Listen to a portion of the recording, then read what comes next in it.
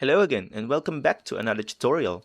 In this video, I'm gonna teach you how to fix verification code not received. If you're new to the channel, please leave a like and consider subscribing. So without further ado, let's jump straight into the video. By the way, this guide should work on iOS or Android and pretty much any type of mobile devices. Some of these settings is gonna be specific for Android, but most of them can apply to all types of different devices. So the first thing you want to do is always check if you have signals on your phone, because that is the main reason why verification is probably not arriving.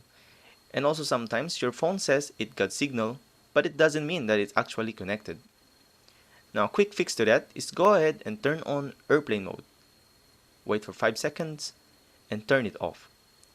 This will then reboot all your connections and most of the time, fix the problem. Now the next step is to check your messaging app, because sometimes the message arrives on your phone but you just aren't notified. Maybe your phone is on like silent mode or in do not disturb mode, or maybe just glitching. So just go ahead and open the messaging app and go see if you actually get the code. The next thing is probably worth doing is actually go to your settings. Now this settings is primarily for Android, but I'm pretty sure other devices have similar settings as well.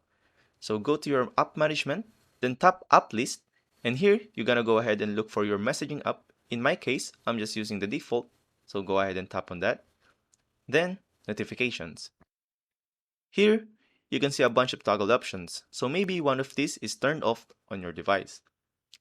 And also, just a quick addition to the guide, sometimes verifications really takes a long time to arrive. Or maybe try another method of verifications, like an email. Maybe try using that instead of phone number. Well, I hope this tutorial helps. See you guys on the next one. Thanks for watching.